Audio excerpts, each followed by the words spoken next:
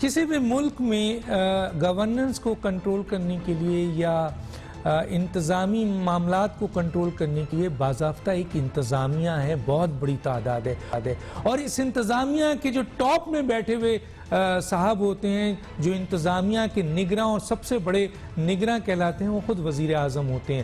لیکن اگر tiger force کے ذریعے انتظامی معاملات، گورننس کے معاملات کو کنٹرول کیا جائے گا، اور یہ جو ریٹس ہیں سبزی کے، دال کے، چاول کے، پانی کے، پھلوں کے، یہ ٹائیگر فورس کو دیا جائے گا، تو پھر بہت بڑی انتظامیہ اور انتظامیہ کے اوپر بیٹھے ہوئے وزیر اعظم پہ کی کیا ضرورت ہے؟ یہ سوال بنتا ہے، اور یہ سوال کسی کے خلاف نہیں ہے، لیکن خود آپ جب ایسی بات کریں گے تو یہ سوال بنے گا کہ انتظامیہ اگر فیل ہے تو انتظامیہ کا لیڈر، لیڈ کرنے والا جو انتظامیہ کا ہوتا ہے وہ وزیر اعظم ہوتا ہے، وہ کوئی آرمی چیف نہیں ہوتا ہے، وہ چیف جسٹس نہیں ہوتا ہے، وہ لیڈر آف اپوزیشن نہیں ہوتا ہے، وہ اسمبلی کا اسپیکر نہیں ہوتا ہے، چیئرمین سینٹ نہیں ہوتا ہے، بلکہ وہ وزیر اعظم ہوتا ہے۔ جب وزیر اعظم ٹائیگر فورس کے ذریعے انتظامیہ کو کنٹرول کرنے جا رہے ہیں تو اس کا مطلب یہ ہے کہ انتظامیہ میں بیٹھے ہوئے ہزاروں بیوروکریسی اور انتظامیہ کے لوگ ناکارہ ہیں، اور ان کے لیڈر، اس سوال بہت بڑا سوال ہے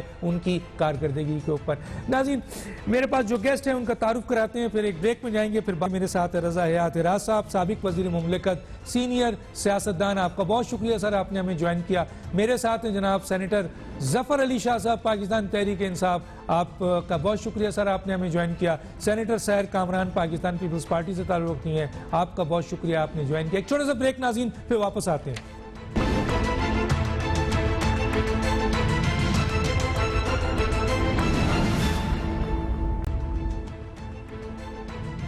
ویلکم بیک جی۔ رضا حیات راز صاحب، آپ کی طرف پہلے آ جاتا ہوں۔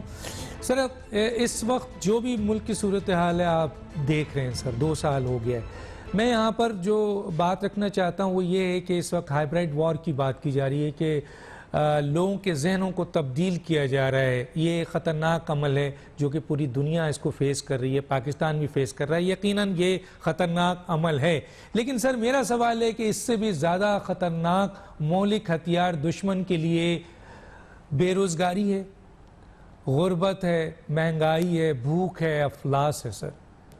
یہ ہتھیار خطرناک ترین ہتھیار ہیں سر، جسے دشمن بہت آسانی سے استعمال کر سکتا ہے، جو کہ موجودہ دور میں تیزی سے بڑھ رہا ہے۔ ایک طرف تو یہ سوال ہے۔ دوسرا سوال یہ ہے سر کہ حکومت، انتظامیہ کا سربراہ وزیر اعظم ہے، اور انتظامی معاملات، گورننس کو کنٹرول کرنے کے لیے، اب سبزی، پھل اور ریٹ کو کنٹرول کرنے کے لیے، اور دوسرے گورننس کے معاملات کو کنٹرول کرنے کے لیے اب ٹائیگر فورس کو کہا گیا ہے کہ وہ یہ کام کرے۔ تو سر یہ کتنا بڑا کلیش ہے انتظامیہ اور ٹائیگر فورس کے درمیان، قانون، اور پھر خود وزیر اعظم اپنی انتظامیہ کا فیلئر مانگ رہے ہیں سر، کیا کہیں گے؟ ڈاکٹر صاحب، بہت لمبے اور بڑے معنی خیز سوالات ہیں۔ ڈاکٹر صاحب، پہلے جو دوسرا سوال ہے اس کا تو بڑا آسان سا جواب ہے۔ ڈاکٹر صاحب، جو آپ یہ آواز کچھ گونج رہی ہے درمیان میں، دیکھیں ڈاکٹر صاحب، ٹائیگر فورس کیا کرے گی؟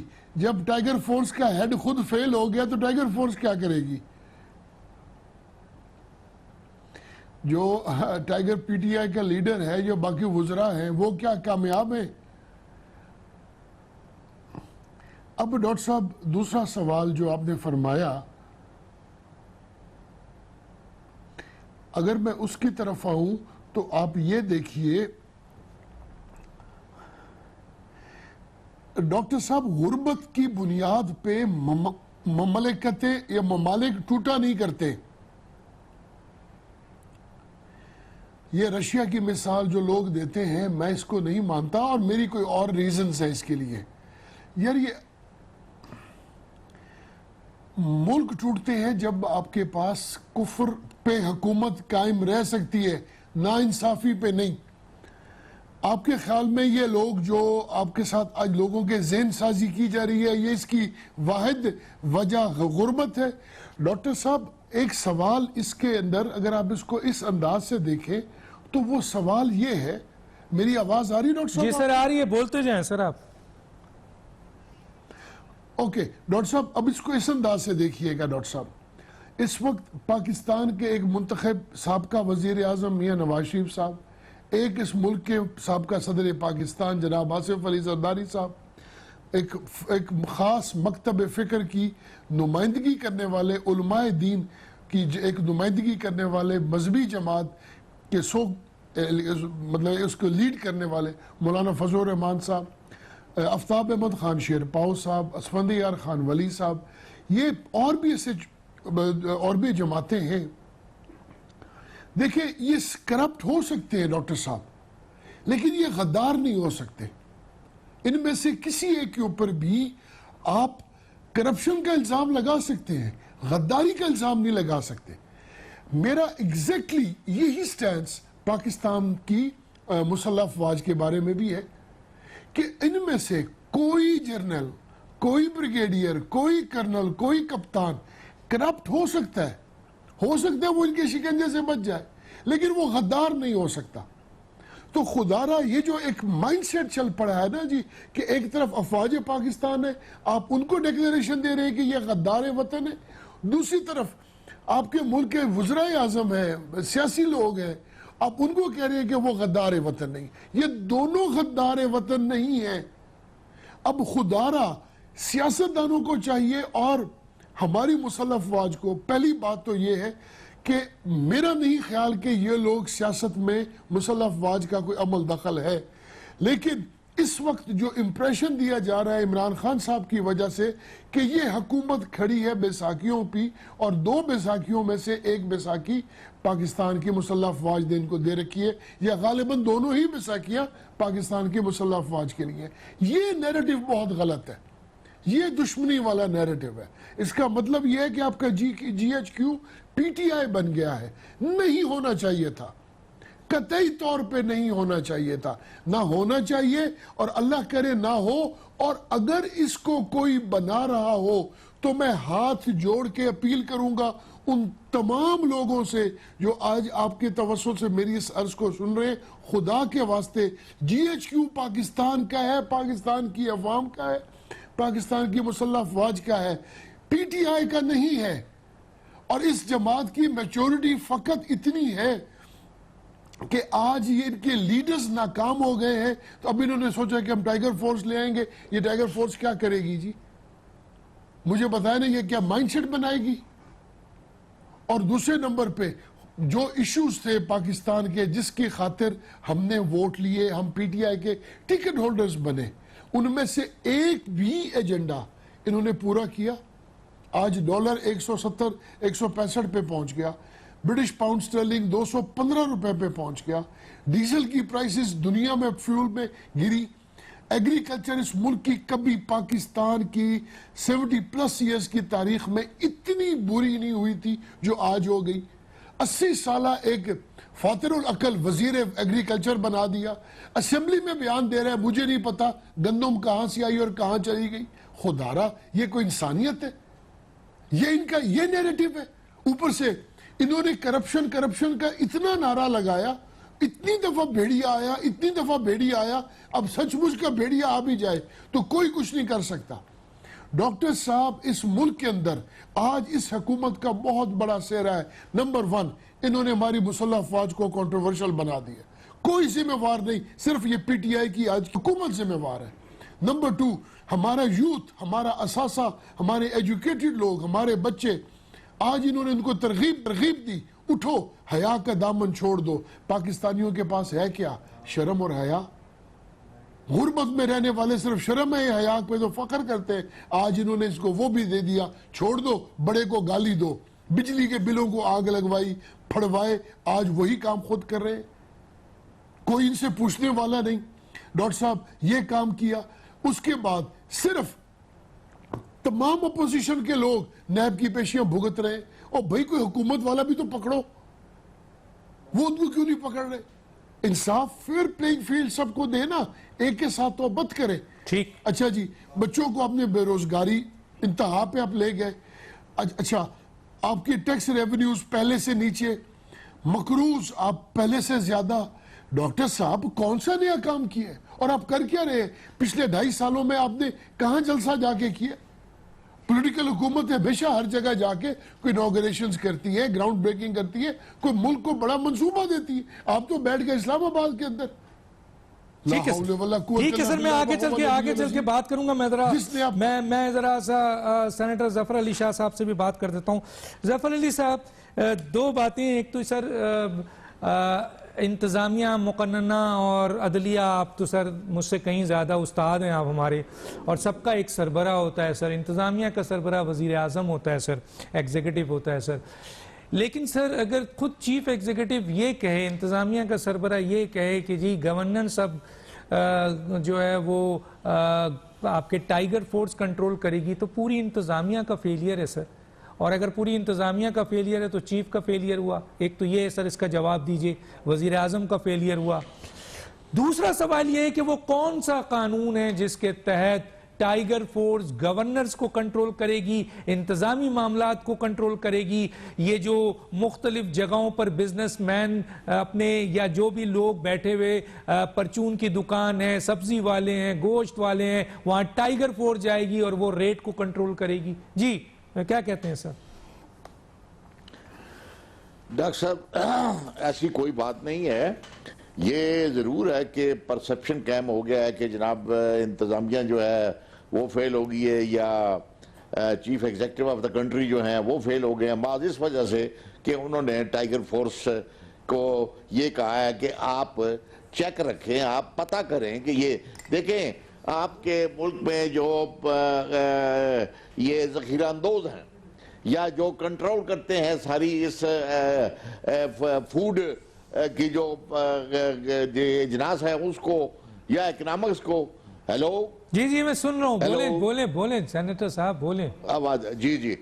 تو یہ بات نہیں ہے, لیکن ان تمام جو مافیا ہیں مختلف, ان کو اگر والنٹیرلی اگر کوئی پولیٹیکل پارٹی, اور بالخصوص وہ پولیٹیکل پارٹی جو کہ ان پاور ہے, اگر وہ اپنے سیاسی کارکنوں سے ماز یہ کام لیتی ہے کہ یہ چیک تو رکھیں کہ یہ مہنگائی کی وجوہات کیا ہیں, کون کون سے سیکٹر ہیں اور کون کون سا مافیا جو ہے اس کو ملک میں مہنگائی کا ایک عنصر لا کر ایک ڈی سٹیبلائز کرنا چاہتا ہے حکومت کو یا ملک کو یا سوسائٹی کو. تو میں نہیں سمجھتا کہ یہ ان کو کوئی ایسی پاور بلیک اینڈ وائٹ میں ایسی نہیں دی گئی ہیں کہ کوئی لا میکنگ کی گئی ہے کہ جناب وہ آئندہ یہ کریں گے. وہ ایک پولیٹیکل پارٹی کے کارکن ہیں جو اپنی پولیٹیکل پارٹی ہے جس پر یہ الزام لگتا ہے. ابھی آپ نے فرمایا ہے کہ وہ یہ فیلور ہے. یہ اب اگر اس قسم کے الزامات لگتے ہیں کسی رولنگ پارٹی پر, تو وہ رولنگ پارٹی اگر اپنے کارکنوں سے ان سے اگر سمپل یہ گراؤنڈ ریالٹی پر جا کر چیک کرتے ہیں کہ آپ پتہ کریں یہ مسئلہ کیا ہے, تو میں نہیں سمجھتا کہ اس کا مطلب یہ لے لیا جائے کہ انتظامیہ بھی فیل ہو گئی ہے اور انتظامیہ کا جو سربراہ ہے وہ بھی فیل ہو گیا. ایسی کوئی بات نہیں ہے. فرام دا ڈے ون اس حکومت کو کوئی ایک مافیا نہیں ہے, مختلف محاذوں پر مختلف مافیاز ہیں. کیونکہ اس حکومت کے, اور میں سمجھتا ہوں کہ یہ پہلا لیڈر ہے پاکستان کی ہسٹری میں جس نے کرپشن کو چیلنج کیا ہے, جس نے کرپٹ عنصر کو پکڑا ہے, جس نے کرپٹ پالیٹیشنز کو بیہائنڈ دی گیلوز بھیجا ہے. اب اس کے خلاف آپ دیکھیں ابھی پی ڈی ایم بن گیا ہے طرح طرح کی, وہ اور بہانہ وہ بنا دیتے ہیں. تکلیف ان کو کرپشن کی ہے, اور انہی کی کرپشن کی وجہ سے آپ خود فرما رہے تھے اپنے ابتدائیہ میں کہ یہ جو مہنگائی ہے یہ آج کی نہیں ہے. آپ فرام دا ڈے ون یہ آپ دیکھیں پچھلے ہسٹری میں چلے جائیں, یہ چلی آ رہی ہے. اسی وقت کے حساب سے جب اگر چینی 1.5 روپے کلو تھی تو وہ اس وقت بھی مہنگی تھی. آج اگر چینی 100 روپے کی کلو ہے تو آج بھی مہنگی ہے.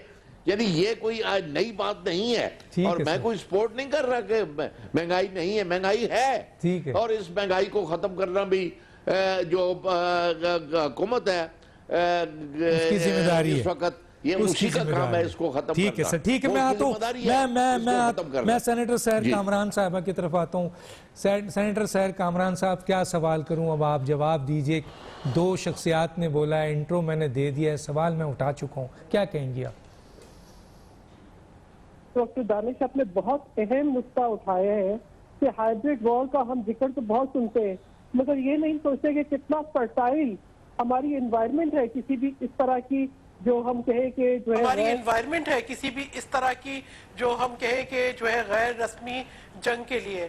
اور اس کے لیے جب ہم اس کی بات کرتے ہیں اور ہائیبرڈ وارفیئر کی بات کرتے ہیں تو مجھے یہ سوچنے پہ میں مجبور ہو جاتی ہوں کوئی ہائیبرڈ وار کا وارفیئر ہے، کیونکہ جو میں ان کا طور طریقہ دیکھ رہی ہوں. آپ نے ٹائیگر فورس کا ذکر کیا، یعنی بے خبری کا یہ عالم ہے، نالائکی کا یہ عالم ہے، یا یہ سوچی سمجھی حکمت عملی ہے کہ آج تک ایک وزیر اعظم کو یہی نہیں پتہ لگا کہ ان کے ماتحت کون سے ادارے ہیں اور ان کے کیا فرائض ہیں اور ان سے کیسے کام لینا ہے.